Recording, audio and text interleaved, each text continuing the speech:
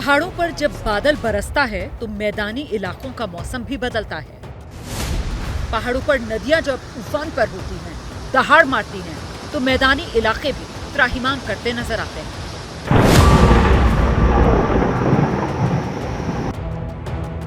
हिंदुस्तान के मौसम की यही रीत रही है और इस बार भी यही रवायत बाढ़ की शक्ल में मैदानी इलाकों में दिखाई दे रही है। पंजाब के कई इलाके इस वक्त जलमग्न हैं। रोपड़, मोहाली, आनंदपुर साहिब हर जगह पानी की मार दिखाई देती है। पहाड़ों पर बारिश का आफ्टर इफेक्ट इन इलाकों में देखा जा रहा है। इस तरह की तस्वीरें हरियाणा और दिल्ली से भी आ रही हैं। पंजाब के मोहाली में तो अब भी सड़कों पर नाव चल रही है।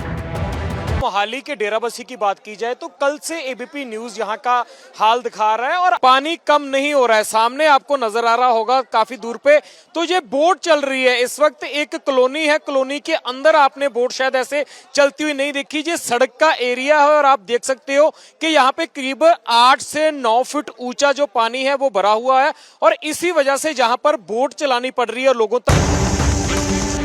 यही हाल दिल्ली के इलाकों का भी है। 2 दिन पहले तक जो दिल्ली बारिश की मार झेल रही थी, अब उसके बाढ़ में डूबने का खतरा बढ़ गया है।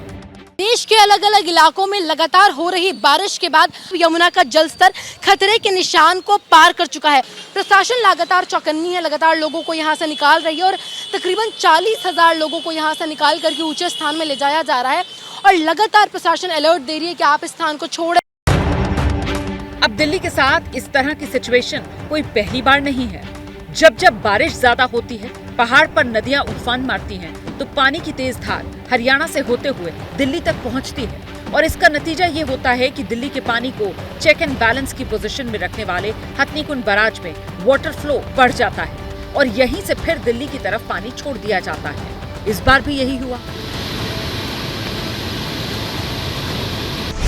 दोपहर 1 बजे यमुना का जलस्तर 204.63 मीटर था।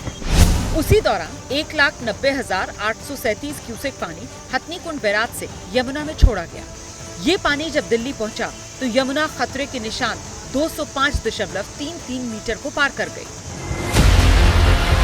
दिल्ली में बाढ़ के हालात पैदा हो चुके हैं। इसका मतलब ये है कि यमुना खादर में रहने वाले लोगों की मुसीबतें बढ़ने वाली हैं। साल के इन दिनों में उन्हें एक बार फिर अपना बोरिया बिस्तर और सामान समेटकर ऊंचाई वाले इलाकों की तरफ बढ़ना होगा और कई लोग तो पानी की मार को देखकर अभी से यमुना बेल्ट को छोड़ रहे हैं। तमाम परिवारों को, आसपास के लोगों को जो कि यमुना के आसपास रहते हैं, खाली कराया गया है। जो आंकड़ा हमें बताया गया है सरकार द्वारा वो करीबन 30,000 लोगों का है और इन 30,000 लोगों को अलग अलग जगहों पर, चाहे वो स्कूल हो या कोई और शरणार्थी के तौर पर, उन्हें फिलहाल जगह दी जाएगी। वहां पर उनके खाने पीने की व्यवस्था की जाएगी। कहाँ जाएंगी? पूरा घर आप बटोर रही हैं, एक तरीके से घर का एक एक सामान बटोरना पड़ रहा है। सामान तो इधर ही फेंक के रोड में जाऊंगा। वो पूरा स्टोर का खाना खराब हो गया? हाँ। क्या क्या था जो खराब हो गया? चावल, दाल, सब्जी फब्जी यही थे, खराब हो गया। कुछ नहीं बचा मतलब? नहीं। हालांकि जिस वक्त दिल्ली में यमुना किनारे रहने वालों को सेफ जोन में पहुंचाया जा रहा था, उस दौरान दिल्ली की पीडब्ल्यूडी मंत्री आतिशी यमुना का वाटर लेवल का अंदाजा लगाने नदी में उतर गए। बोट पर अधिकारियों के साथ उफनती यमुना का दौरा किया और बाढ़ से निपटने के लिए पुख्ता तैयारियों का दम भरा। दिल्ली सरकार की पूरी तैयारी है बाढ़ की। पानी का जो स्तर है वो लगातार बढ़ता जा रहा है। पिछले 2 दिन में ही 8-10 फुट पानी बढ़ गया है और अगले 24 घंटे में शायद 10 से 12 फुट पानी और बढ़ जाएगा। तकरीबन 30,000 लोगों का हमारा अनुमान है जिनको इवैक्यूएट करने की जरूरत पड़ेगी। उनके लिए पूरे अरेंजमेंट्स हमारे हो चुके हैं। तैयारियों का दावा तो हर बार होता है, लेकिन एक बारिश से ही सारे दावों और वादों की पोल खुल जाती है। हालांकि ये भी सही है कि 8 और 9 जुलाई को दिल्ली में बारिश काफी हुई। 4 दशक का रिकॉर्ड टूटा। मॉनसून की बारिश में दिल्ली चोक हो गई।